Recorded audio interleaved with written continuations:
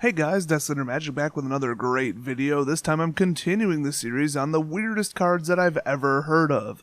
Now, of course, these are in no particular order because they're all pretty equally weird. They're just great funny examples of just some odd things that I guess the card designers thought might kind of take off, and usually they really didn't. First, I'll start out with a creature that most people actually are familiar with. That's because it's pretty universally hated. Well, of course, except for the sick people who actually play this card in their deck. I'm, of course, talking about the Platinum Angel. It states that you cannot lose the game and your opponents cannot win the game, and then implied is while this is on the field, or until this leaves the battlefield. Now, this seems kind of like, oh, that's interesting, that's an angel, it's fitting, the flavor is spot on, I kind of get it. You know, yeah, it costs 7, it's only a 4/4, which then it can't be destroyed by pretty much any red spells, unless you got a really good red spell. Now think about it this way, though. If they printed a card that actually said word for word, if you don't have creature removal in your deck, forfeit now because you lose the game, people might have a problem with that, and that's basically what this one says.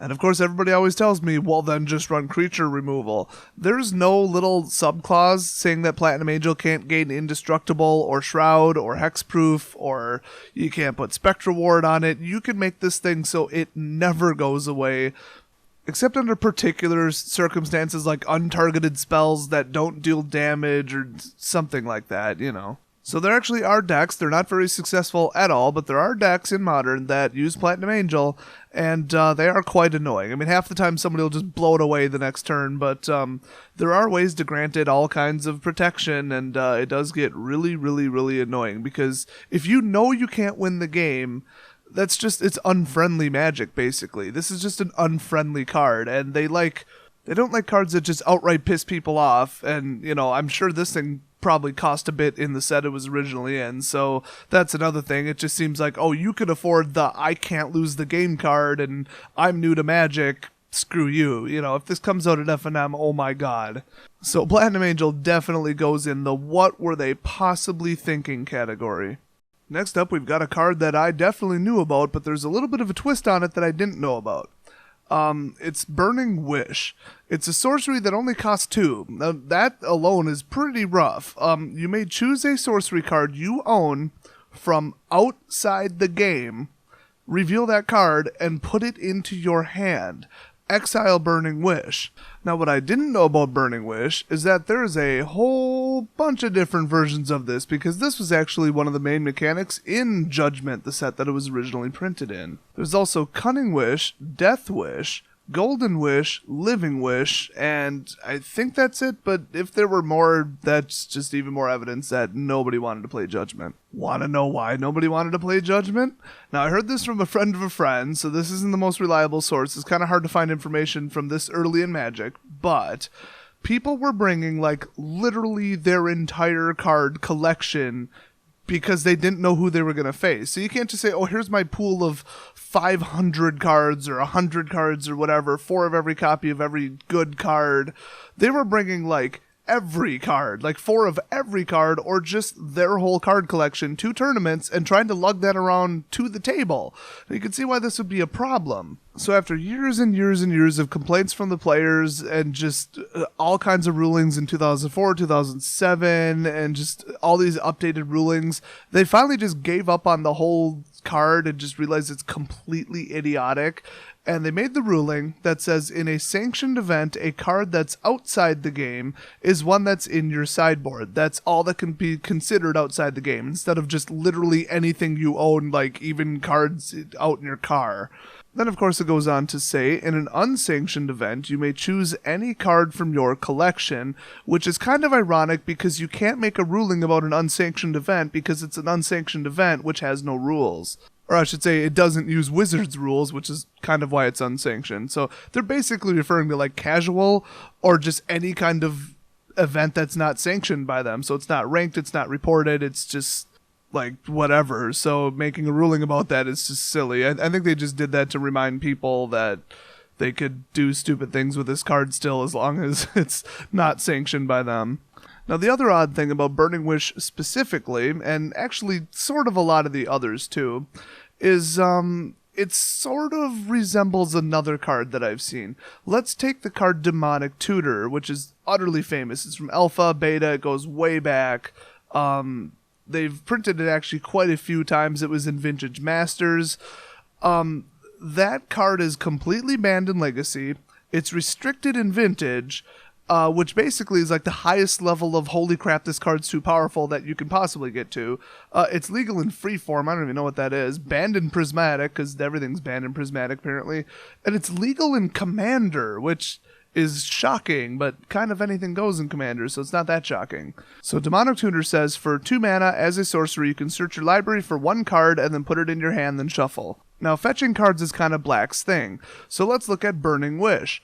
Well, now Red suddenly has Fetch. I mean, Fetch, like, exceeds card draw and scry by 1,000,000 times. I mean, it's like the ultimate card control, and they just handed it to Red. In fact, they handed it to the other 4 colors with the other 4 cards. I mean, yeah, they restricted, it to be a sorcery or an instant depending upon the card, but still, that's pretty nuts. And then technically it's worse than a Tutor card or any of the clones of the Tutor card, because there's a lot like Diabolic Tutor.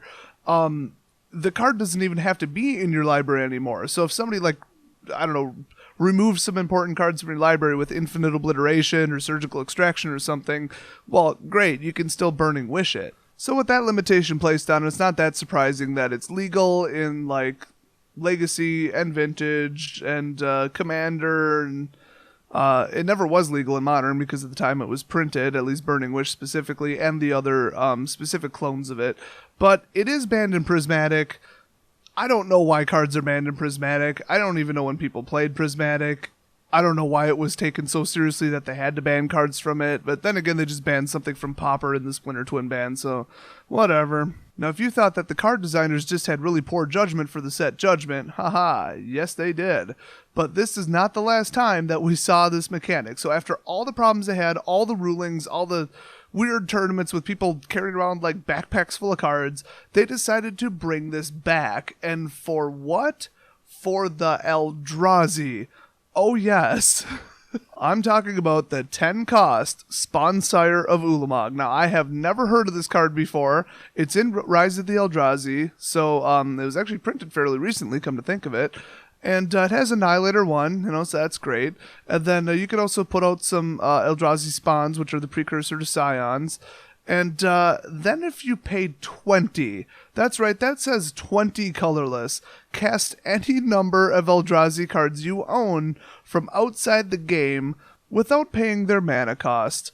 Now, of course, there was a ruling in 2010, which I'm pretty sure was shortly after Rise of the Eldrazi came out, that says, and this is interesting. You remember what I said about the last ruling? Okay, this one is stated, word for word, in a casual game, the cards you cast from outside the game come from your personal collection. In a sanctioned event, those cards must come from your sideboard. I guess they finally realized that they can't really write a rule for an unsanctioned event, but then they just wrote a rule for casual, which is casual. I mean, casual still has rules and stuff, like you can't cheat, you can't have, I guess, 5 of a card in your deck, but then again, it's casual, so you kind of can. Like, it depends on your opponent and what they'll allow. But of course, people have different definitions of casual. The actual formal definition of casual says you still have to follow, basic deck building rules and stuff, but I don't know, I've seen new players just do whatever they want. So, considering the last ruling about the whole sideboard being the only place you could go coming out in 2009, and then in 2010 this ruling come out, and all the rulings were on the same day, so I assume it was before or shortly after the card came out or whatever. So that means in a sanctioned event, you couldn't just grab a fistful of 1,000 Eldrazi and drop them onto the field, but in casual you most certainly could. But hey, if you purposely were really counting on this card coming out, then also getting to 20 somehow, I don't know how, I mean, I guess the Eldrazi spawns, but who knows, you could legitimately drop in 15 Eldrazi. I mean, if you pay 20 for something, you should just win the game. I mean, that's like a Crater's Clause for 21, you win the game. I mean, it's like, come on, it's 20 mana. But this still seems utterly silly, because then you can't even use your sideboard, because your sideboard is like built around this, and the sideboard is supposed to be, a sideboard, and then you wouldn't have a functional sideboard. It just gets weird. This is such a weird card. I just couldn't even believe that it was printed this recently. I'm going to guess that 20 mana is kind of hard to come up with, because that card is completely legal in Modern, in Legacy, in Vintage, in Prismatic, Commander, pretty much everything. I couldn't find anything that was actually outright banned or restricted in. Well, let's move on from that weirdness to something just outright strange. I mean, I've been talking about a lot of just bad design decisions and bad card ideas, bad mechanics, but this is just weird all around. This card is called Divine Intervention. It costs double white plus 6 generic, and you put 2 counters on this card. Remove a counter during your upkeep. When you remove the last counter from Divine Intervention, the game is over and considered a draw. This card is legal in Legacy, Vintage, and, believe it or not, Commander. And apparently its popularity merited a ruling all the way in 2009. One of the stranger rulings is that it says, in a multiplayer game played with a limited range of influence option, Divine Intervention won't necessarily end the entire game when its ability resolves. All players within range of Divine Intervention will leave the game. They'll neither win nor lose. As far as they're concerned, the result of the game is a draw. All other players will continue playing. Now, if you're not familiar with what that means, that's like if you have 5 people and you're playing in whatever like star format, or I forgot what they called it, and you can only attack the 2 people across from you, and you're not allowed to attack the 2 people next to you. That's sort of what they're talking about. I can't even imagine what this would do in Two-Headed Giant. I have no idea. But I do have an idea of some advice that I would give people who want to play this card. If you have 8 mana to throw away, instead of putting this in your deck, put anything else, because you could probably win the game with 8 mana. Play an Asymmetric Board Wipe or Celestial Mantle or just anything better than this card. Plus, you're not trying to draw. I mean, if you have 8 mana available, you probably want to win at that point. This is just such a counterproductive, strange card. I just can't even figure out why it's a thing. The best thing is they even made a ruling that said that if you artificially remove the counters from it somehow, then it still goes off and you still both tie. I mean, it's just the strangest card I've ever seen as far as, like, ending the game. Let's move on from that complete weirdness to something just as strange. For 7 mana, you can cast your very own Goblin Game. It reads, each player hides at least 1 item, then all players reveal them simultaneously. Each player loses life equal to the number of items he or she revealed. The player who revealed the fewest items then loses half of his or her life, rounded up. If 2 or more players are tied for fewest, then each of them loses half of his or her life, rounded up. I've honestly very rarely come across a card where I read it and then read it again, and I still don't know what it actually literally wants me to do. I mean, by item, do they mean permanents on the field? Or, like, do they literally mean items by the dictionary definition? Or is there, like, a card type called item? And I don't get it. So let's move on down to the ruling section so we can clear this right up. And by clear it right up, I mean, well, I'll let you guys be the judge of this. When it comes to choice of items, use common sense. Okay. Thanks for the tip, wizards. Items should be... I'm not going to be able to read this. It then says, items should be small enough to hide, but large enough to count. Then it says, make it clear what kind of object you are hiding beforehand. Which, now I really don't know what they want me to do. It says, for example... One player may choose coins and the other may choose dice. So, okay, that kind of cleared it up a little bit. So it's just objects around that you can access, and then you have to say what the type of object is ahead of time and then, like, hide them. But, like, when? Like, do you tell them to cover their eyes and count to 10? Or just scoop your dice into your pocket? I just don't get it. Well, it goes on to say, if you can't find something convenient to hide, write numbers on a piece of paper and reveal the numbers. Make sure the numbers are unambiguous. For example, underline a 6 so it can't be confused as a 9. After reading this card a whole bunch of times and considering the rulings, I think I finally figured out what it actually means. Both players would come up with an item that they have a whole bunch of, like they said, coins or dice or whatever.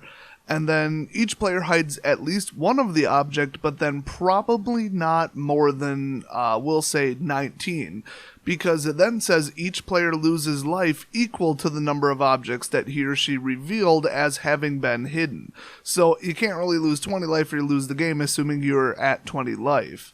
So the hiding really isn't important, but let's say you have a pool of 30 coins, and you, quote, hide 18 of them, you probably want to hide also the 12 remaining, because you don't want them to calculate how many you have left. And also, they can't watch you do it, or something like that. I mean, that's what I assume. So you're sort of trying to bluff the other person, but then whoever reveals the fewest amount of objects loses half of their life, rounded up. So if you tie, then you both lose half your life total. So I'm thinking somebody could write 1, and somebody could write 10, and then, okay, you lose 1, they lose 10, and then you did the least, so you lose half your life total. But if you write 11 and they write 10, you're both in pretty deep trouble, but they're going to get the worst end of it, because they'll lose 10 and then also lose half their life total after that. So it actually is sort of interesting, but they couldn't have fit the whole process, like a perfect, flawless, unambiguous description of what you're supposed to do on the card in the first place, so why even put it there? I mean, it's just stupid. If you want to go super meta on this, what I really don't understand about this card is why somebody designed it, why somebody approved it, and then why anybody ever played it. Next, we'll move on to one of my favorite cards, actually. I do really like this one. I'm usually not a big fan of free casting, but this one's just so outrageously stupid and funny that I just had to mention it. I mean, I never actually did put it in a deck. It was slated to be in a couple decks, and I just cut it because it's just too stupid. I'm, of course, talking about the M15 Master of Predicaments. Now, it's a 4/4 Flying Sphinx for 5, so that alone's pretty good, but this is just fantastic. Whenever Master of Predicaments deals combat damage to a player, choose a card in your hand. That player guesses whether the card's converted mana cost is greater than 4. If the player guessed wrong, you may cast the card without paying its mana cost. So an intelligent, experienced player would say, okay, I have to always guess high, because if I say high and I'm wrong, my opponent is only going to actually get out a permanent or a spell or whatever that costs 4 or less. Now, if I guess low and I'm incorrect, here comes Stormtide Leviathan or Tromokratis or whatever. So then if you start getting all rock, paper, scissors, super duper meta on it, you know that they're always going to guess high, because then they'll never be wrong about it being high. So then you think, well, maybe because of this, they know I'm always going to name a low card. They'll say low because they know I'm going to name a low card, because if I name a high one, then I know that they're going to say high.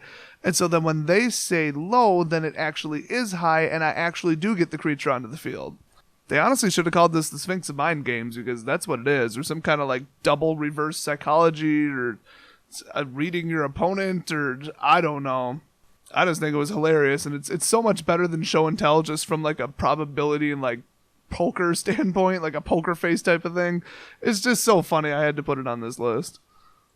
And finally, these last couple cards that all share a common theme are actually pretty near and dear to me, because I just picked up 2 copies of this card for dirt cheap, because I sort of have a collection of odd cards, exceptionally weird cards, or just really weird mechanics, really weird artwork, or any kind of miscuts or crimped or any of that. So just kind of cards are a little bit off. I just collect them because I think they're hilarious. And so I just picked up Apocalypse Chime. Now, when you read it, it sounds kind of like some kind of tongue-in-cheek, unglued, unhinged type of joke card, kind of making fun of Homelands, because it is, by most standards, either the worst set ever released or the second worst set ever released. There's a whole history about, the order volume versus print volume, and Wizards just lying to vendors over and over and over, so then vendors lie to Wizards, and then the result was Homelands. So what they did was they printed Apocalypse Chime, and it says pay 2, tap it, sacrifice Apocalypse Chime to bury, aka destroy, all cards from the Homelands expansion. Yes, a card is referencing the term and phrase expansion and the name of the set by name, which for I guess you'd say immersiveness, they don't do anymore. It's kind of like what they call breaking the fourth wall, I guess, sort of. like, you know, they have had cards in Unglued and Unhinged that said like, oh, the color of your opponent's eyes determines this, or, you know, silly stuff like that where they refer to the player themselves or an object in the real world. But they don't do that lately. They're really set on like the whole storyline thing. So they don't want to kind of take you outside of it and say, oh, the blah blah blah expansion. You just start thinking about cards and sets and not like the storyline of the cards, and it's just odd. And really, this isn't the only card.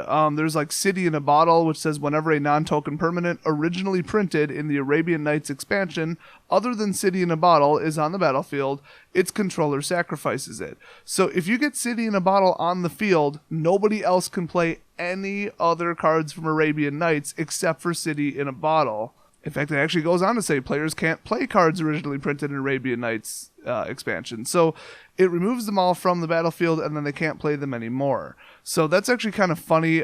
Somebody had told me this. I don't know if this is true, but it sounds true, so I'll say it. That originally decks had to be made up of like a certain number of cards from every expansion, as they called it, instead of block. So you knew like a quarter or a fifth or whatever it was of your opponent's deck was from Arabian Nights. So if you got out City in a Bottle, they're drawing dead a good portion of the time. So it actually was an interesting mechanic. It's just for flavor reasons and storyline reasons they got rid of it. This type of thing kind of popped up once in a while. Like, for example, Antiquities had one that said, it was Golgotha and Silex.